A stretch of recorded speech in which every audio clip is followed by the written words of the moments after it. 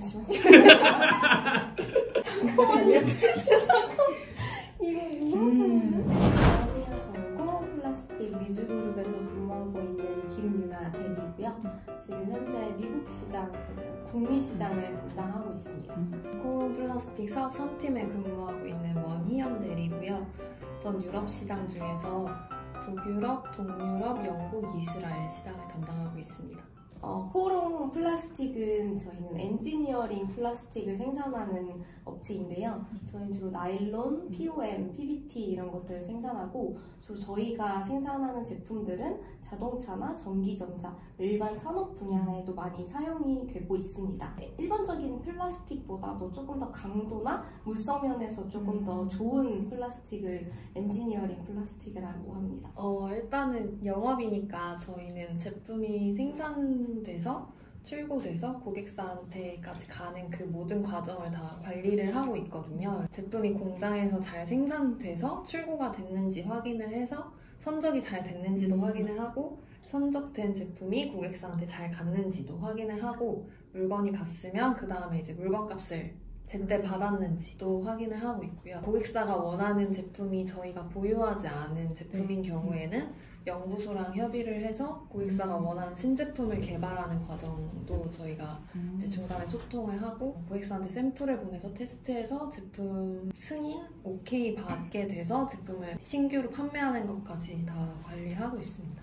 중간 소통자예요. 그래서 고객사랑 한국에 있는 이제 저희 연구소, 품질, 생산 뭐 이런 부서들한테 고객사가 원하는 게 뭔지 전달을 하고 뭐 연구소나 이런 데서 저희 제품에 대해서 설명을 해주면 그걸 또 고객사한테 잘 전달을 해줘야 되고 그러다 보니까 일단은 외국어 능력이 제일 중요하고요. 통역을 잘해야 되니까 말을 좀 조리 있게 저도 잘 못하긴 하지만 조리 있게 잘하는 그런 거가 좀 필요할 것 같아요. 정리를 해서 전달을 해줘야 되거든요.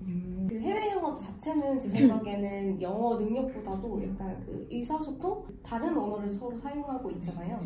그 언어를 어떻게 잘 이제 표현해서 이해를 시키느냐, 서로 어떻게 이해를 하느냐가 가장 중요한 것 같아요. 미국 영업 같은 경우에는 아무래도 원어민이니까 다른 나라를 영업하는 것보다는 영어 능력이 조금 더 필요한 것 같긴 한데 또 그런 게 아니라면은 저는 영어 능력보다는 약간 커뮤니케이션 능력이 더 중요한 것 같아요. 유나 대리는 미국 영업도 하고 있고 캐나다에서 어학연수도 하고 왔거든요. 근데 저는 학교 전공이 중어중문과여서 중국이랑 뭐 대만 이런 데만 있다가 여기 취직을 했는데 유럽 시장을 맡게 됐어요. 근데 입사할 때는 중국어를 영어보다 조금 더 잘했는데 지금 5년 정도 중국어를 안 쓰다 보니까 지금 영어를 중국어보다 더 잘하게 됐거든요. 근데 제가 담당하고 있는 시장은 영국을 빼고는 다 영어가 원어민이 아닌 지역들이어서 웃겼던 게 제가 고객사랑 막 이렇게 주고받은 이메일이랑 유나 대리가 고객사랑 주고받은 이메일을 보면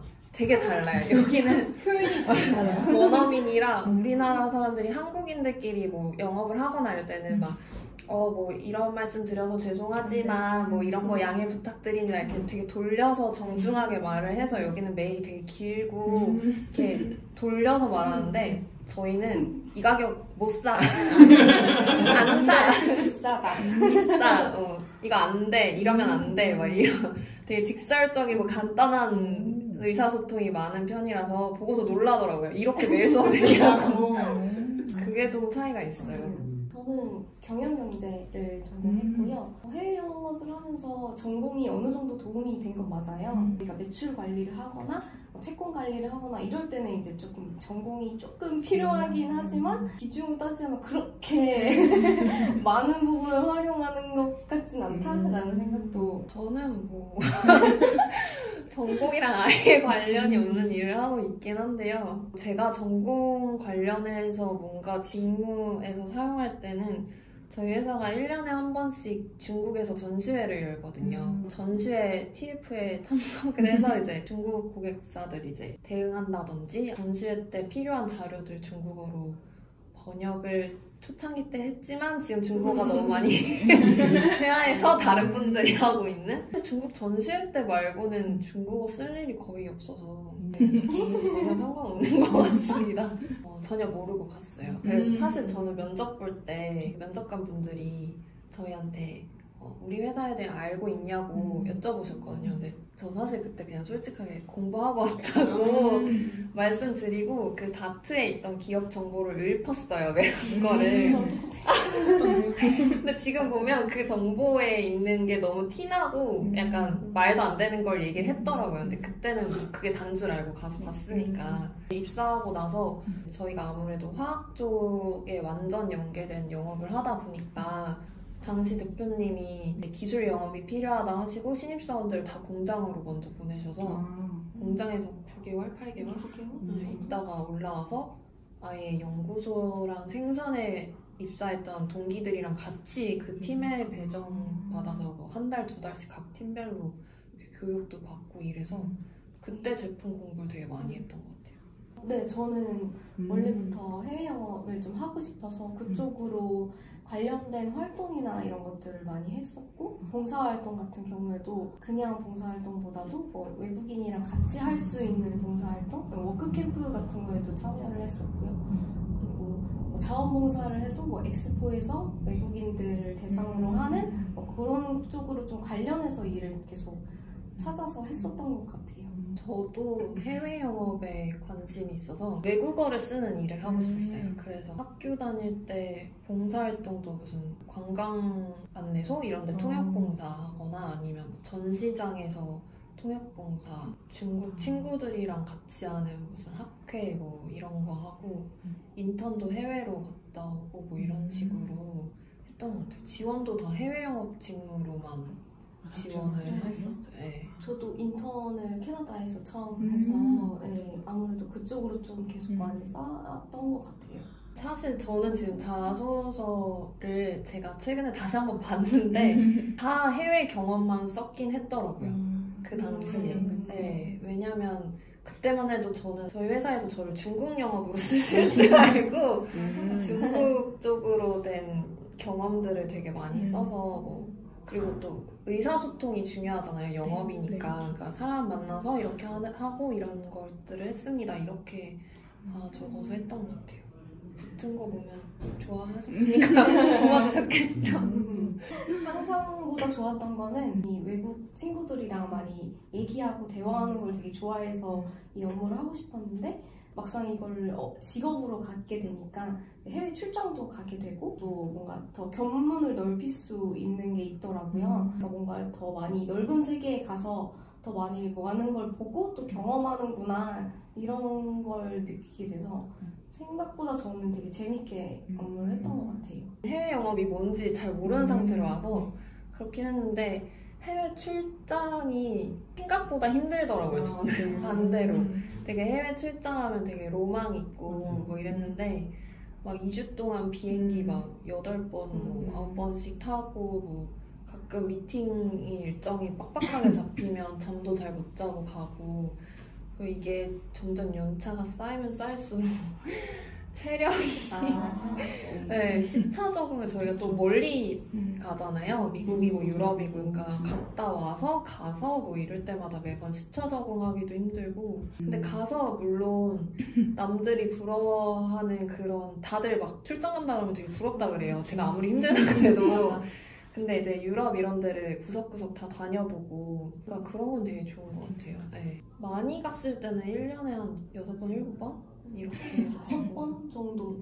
네, 평균적으로 한 5번, 4번 정도? 5번 정도는 2주? 2주? 네. 근데 다른 분들은 막 3주씩 가실 때도 있긴 해요. 진짜 드물게. 네. 저희 예전에 유럽에 지사 세우려고 했을 때 2달, 1달? 뭐 이렇게 가셔서 현지에서 시장 조사하고 뭐 이런 것 때문에 그러신 적은 있긴 해요. 근데 거의 그렇게는 안 가시는 것 같아요. 아기가 없으면은 될 것 같은데요. 사실 저희 솔직히 말하면 해외 영업팀에 아기가 있으신 여성분이 없으세요. 그래서 결혼하신 여성분 계신데 아기가 없으시고 저희도 고민하고 있어요. 네, 회사에서는 지금 여자 영업사원을 인력을 키우려고 최대한 서포트 해주신다고 하시면서 저희 대표님도 최대한 서포트 해줄 테니까 그렇게 막 말씀도 하시고 아무래도 요새는 제가 맡은 지역 같은 경우에는 현지에 지사가 생겨서 그쪽 분들이 현지에서 고객사 미팅을 좀 많이 하시면서 저희도 출장이 좀 줄었거든요. 그런 식으로 조금 관리? 변해가고 있는 추세인 것 같긴 해요. 저는 그 북미를 담당하고 있긴 한데 제가 또 멕시코 국경 지역 쪽도 담당을 조금 하고 있거든요. 그러니까 미국이랑 근접한 곳이라서. 근데 항상 미국은 되게 이렇게 잘 정돈화되어 있다고 해야 되나? 국경을 넘어서 멕시코 지역으로 간 적이 있거든요. 그때 너무 무섭더라고요. 환경이 갑자기 너무 달라지고 언어도 달라지고 갑자기 조금 충격 아닌 충격을 먹었었는데 기억에 가장 남는 것 같아요. 유럽 다른 지역은 사실 뭐 예전에 여행도 갔다 와보고 이랬으니까 학교 다닐 때 그냥 되게 좋다 이런 정도였는데 이스라엘은 회사 와서 처음 가봤거든요. 좀 위험한 데가 기억에 남나? 저도 이스라엘이 위험하니까 고객사 미팅을 하려고 이제 고객사가 저를 호텔에 픽업오기 전까지는 호텔 밖을 아예 안 나갔었는데 하루는 저녁에 고객사가 그 올드 자파라는 이스라엘의 좀 이렇게 약간 관광지 같은 데를 한번 데려가 줬어요. 근데 되게 이국적이고 풍경이 좋았었거든요. 근데 확실히 잘 평소에 가기 힘든데 갔을 때가 더 기억에 남는 것 같긴 해요. 가능은 하죠. 근데 저희 같은 경우에는 저 같은 경우는 이제 미국 영업을 하다 보니까 굉장히 땅이 넓잖아요. 그래서 매일매일 거의 고객사 이동을 하면 비행기를 거의 매번 타거든요. 매일매일. 그러니까 거의 항상 이동을 하는 일정이죠. 그래서 여행을 할 수 있는 시간이 주말. 네, 주말이 가장 좋죠. 그래서 보통 저희는 2주 출장을 가거든요. 그 주에 한 주 끝나고 그 주말에 이제 자주 돌아다니기도 하고 가고 싶었던 곳을 근처에 가기도 하고. 평일에는 거의 시간이 없어요. 그러니까 비행기 시간 아니면은 이동도 뭐 차로도 뭐 왕복 8시간 이런데 그냥 막 다니고 하루에 차를 10시간 이상씩 타고 다니고 숙소에 오면 고객사랑 저녁 식사가 있거나 아니면은 저녁 식사 없더라도 한국에서는 업무를 계속 하고 계시잖아요. 그럼 내부 업무를 이제 호텔에 밤에 들어와서 처리를 해야 돼요. 그러니까 거의 잠자기 바빠요. 일 끝나면. 모였죠. 네, 모였죠. 남는 건 마일리지. 맞아, 남는 건 탈 수 있어요. 임원 되면. 임원 되면. 네. 저희는 한 번씩은 타봤는데 그게 이제 업그레이드 돼서. 나 3번 탔어. 우와. 다 업그레이드. 아, 처음 타는 이스라엘 항공이었는데 업그레이드를 시켜줘서 왜 줬는지 모르겠고요. 한 번은 루프트한자를 탔는데 제가 이제 비행기가 질리니까 저는 최대한 안 타고 버텼다가 마지막에 타거든요. 마지막에 타려고 하는데 저랑 마지막에 탔던 사람들이 다 업그레이드가 된 거예요. 그래서 제가 이거 아무리 봐도 늦게 타면 해주나 보다 해서 그 노하우를 다른 분들께 알려드렸는데 아무도 업그레이드가 안 되고 괜히 막 더 안 좋은 좌석 되고 이러셔가지고 그래서 그 다음부터 시도를 안 하고 있습니다. 제약점으로 봐선 아닐 거예요. 학점이 엄청 좋고 이랬던 건 아니고 그냥 적당히 눈에 안 띄게 정도. 저희가 블라인드 채용으로 알고 있어요. 네, 그래서 그 중요하게 생각 안 하시는 것 같은데 막 성실성만 보는 것 같고 면접할 때는 순발력 같은 거를 많이 보셨던 것 같기도 하고요. 어떤 질문을 이렇게 해주시면 그거를 이제 제가 면접 때 한국말로 이렇게 막 대답을 했는데 그걸 갑자기 영어로 바꿔서 대답을 해봐라 이런 식으로 했던 영어 면접도 있었고. 서류는 사실 똑같은 걸 가지고 어디는 떨어지고 어디는 붙으니까 약간 운도 좀 있는 것 같고 뭐 그 회사에서 선호하는 인재상 같은 것도 좀 있는 것 같고. 저희 회사는 좀 튀는 사람 좋아하셔서 약간 자신감 있게 말하는 그런 분을 좀 그런 사람을 당시에 좀 선호하셨던 거 아닌가. 저희 동기들이 다 성향이 비슷했거든요. 말 많고 와이 시끄럽고. 네. 회사에서 기숙사 제공을 해줘서 저희는 같은 아파트에 살았죠. 그래서 주말마다 회사에서 KTX비 지원해주셔서 주말마다 왔다 갔다 하고 아침에 출퇴근은 택시비 지원해 주셔서 택시비로 왔다 갔다 하고 사실 그때가 돈 제일 많이 모았어요. 맞아요.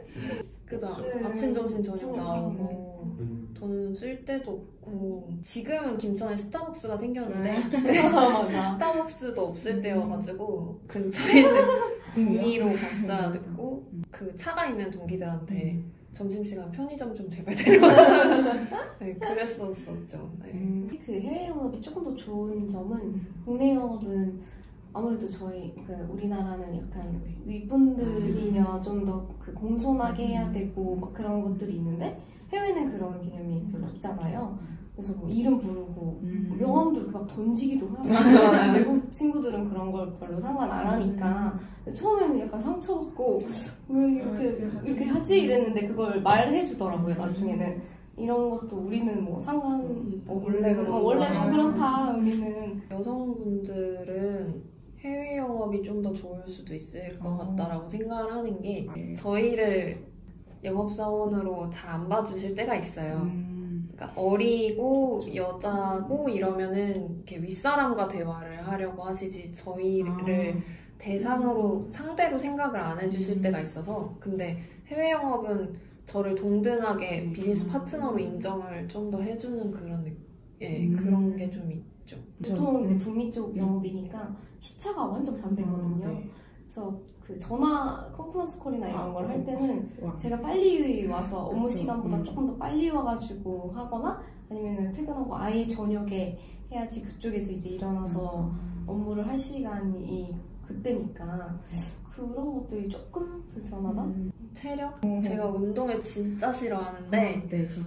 운동을 시작했어요. 회사하고 나서 비행기를 많이 타니까 허리도 너무 아프고 시차 자체가 이제 적응이 안 되는데 너무 자주 가니까 체력이 떨어지는 게 점점 느껴져서 운동도 시작하고 뭐 영양제 챙겨 먹고 그리고 뭘 장기적으로 하기가 좀 어려운 것 같아요.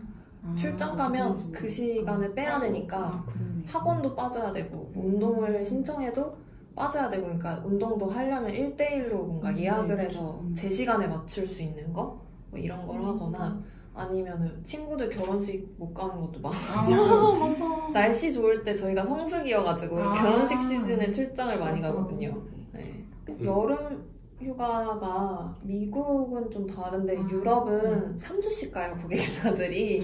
그래서 7, 8월에 일이 없어요. 그래서 저희는 오히려 저는 여름 휴가는 막 5일씩 휴가 쓰고 네, 앞뒤 붙여서 9일씩 다녀오고 올해 여름에 그 유럽 스웨덴에 있는 제 친구가 결혼을 해서 거기로 여행을 갔거든요. 결혼식 참석할 경우인데 저희 회사분들이 너는 유럽을 왜 네 돈을 주고 가냐 스웨덴이 제 시장이어서 엄청 자주 가거든요. 네, 그래서 결혼식 때문에 여름 휴가로 스웨덴 갔다가 한국에 돌아와서 한 달 있다 출장으로 스웨덴 또 갔어요. 네, 갈 일이 거의 없죠. 없죠. 네. 이슈가 있으면 가는데 이슈가 없죠. 예를 들면 그 독일에서 파쿠마라는 전시회를 하는데 그때는 이제 전 세계에서 이제 고객사들이 오니까 그때는 미국 고객사들도 가끔 오거든요. 그럼 그때는 제가 가기도 해서 재작년쯤에는 저도 독일을 간 적은 있어요. 그때 처음 같이 가봤어요. 출장. 그때 스펙이면은 해외 영업 할 것 같아요. 네. 그래요. 이 영상을 팀장님이 좋아하시요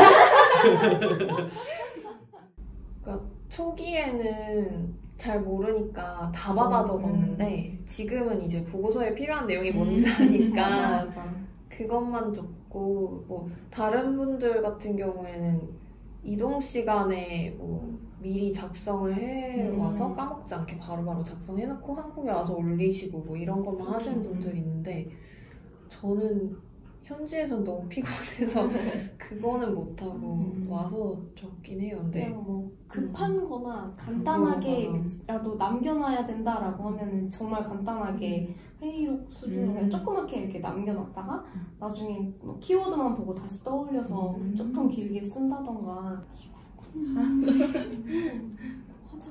화장품? 세포라 유럽은 명품? 명품? 나도 못 써. 근데 명품이 싸긴 싸요. 유럽. 명품이 싸긴 싸고. 근데 저희는 자주 가가지고 오히려 잘 모르는 것 같고 가끔 저 이번에 여름휴가 갔을 때 스웨덴을 갔는데 같이 간 그 한국 친구들이 막 스웨덴 가면 이런 거 사와야 된대 그래서 깜짝 놀랐거든요. 스웨덴 살게 이러면서 네, 오히려 관광객들이 더 잘했던 저는 제가 되게 외향적이고 막 외국인 친구들이랑 보통 대학생 때는 활동을 했으니까 나이 또래 친구들이잖아요. 네네. 되게 외국인들이랑 소통도 잘하고 잘하는 줄 알았는데 여기 와서 보니까 저랑 만나는 분들은 다 막 40대, 50대 유럽의 아저씨들인 거예요. 대화할 게 되게 없더라고요. 그래서 본인이 할 수 있는 영어가 있고 원하는 시장이 있으면 그곳의 문화를 되게 문화, 정치, 경제를 잘 알고 있어야 예를 들어서 뭐 유럽이면 와인, 축구 그거 얘기하면 대화할 게 되게 많아지거든요. 그런 거에 좀 알고 있으면 좋지 않을까. 캐나다는 하키, 미국 동부 쪽은 야구, 축구, 풋볼 그런 거 생각보다 굉장히 좋아하더라고요. 스포츠가 굉장히 많이 발달되어 있고 실제로 미팅을 할 때도 고객사랑 그런 얘기를 먼저 시작하면서 또 이렇게 스몰 토크처럼 시작하더라고요. 그래서 그런 것들도 많이 알아두면 굉장히 좋은 것 같아요. 좋아하려고 노력해봤지만 좋아해지는 것보다는 관련 기사나 이런 거 좀 일부러 챙겨보고 와인을 공부해보려고 저희 둘 다 얼마 전에 책을 샀는데 이름이 너무 길어요. 그냥 이렇게 시도를 계속 하는 거죠. 다른 언어를 좀 배워보고 싶어요. 그러니까 유럽이 영국 말고는 영어를 안 쓰잖아요. 그리고 사실 중국어를 배운 게 좀 아까워서 공부를 해볼까 했는데 쓸 일이 없으니까 힘들더라고요. 그래서 차라리 그러면은 이제 출장 가서 현지인들과 대화를 원활히 할 수 있는 그런 기회가 있는 거니까 저는 유럽의 뭐 다른 언어를 좀 배워볼까. 고객사 미팅에 가면 저는 고객사들끼리 얘기할 때는 자기네 나라 말로 하고 저한테 그 영어로 얘기를 해주는데 가끔 둘이서 무슨 얘기를 하나 나한테 무슨 얘기를 걸러서 해주나 이럴 때가 있어요. 그러니까 그걸 알고 있으면 알아듣고 모른 척을 하더라도 좀 그런 게 좀 도움이 되지 않을까 싶은 게 있어요. 저는 그 얘기를 해주고 싶어요. 제가 막연하게 해외 영업을 하고 싶다라고 생각했을 때는 영어 능력이 굉장히 중요하겠구나. 영어를 진짜 잘해야겠구나. 막 원어민처럼 잘해야겠다라는 부담감이 조금 있었는데 실제로 와서 이렇게 해보니까 그러니까 영어 능력도 굉장히 중요하긴 한데 그것보다 훨씬 중요한 게 이렇게 사람 간의 커뮤니케이션이라고 생각이 들어서 영어가 너무 막 자신이 없다. 뭐 내가 이 정도의 영어 실력이 되나라고 고민을 하시면 그냥 먼저 도전해보시는 것도 나쁘지 않은 것 같아요.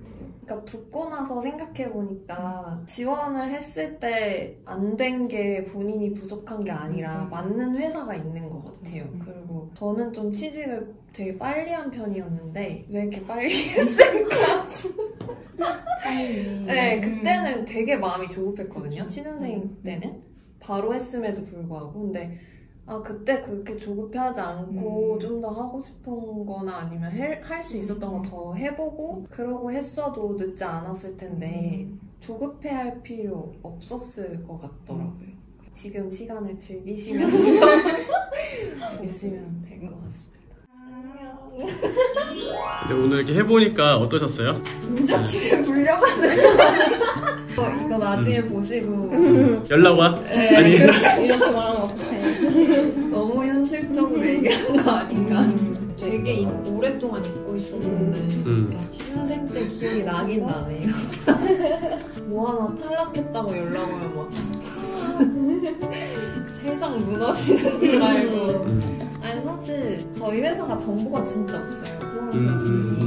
잘 모르는데 이제 다른 회사 다니는 친구들이랑 비교를 해보면 되게 뭐 조건이나 이런 거 괜찮은데 잘 모르고 지원을 안 하더라고요. 그게 좀 아쉬웠어요. 규모가 막 엄청 커서 그 정도도 아니어서 서로서로 되게 잘 지내고 분위기도 되게 좋은 것 같아요.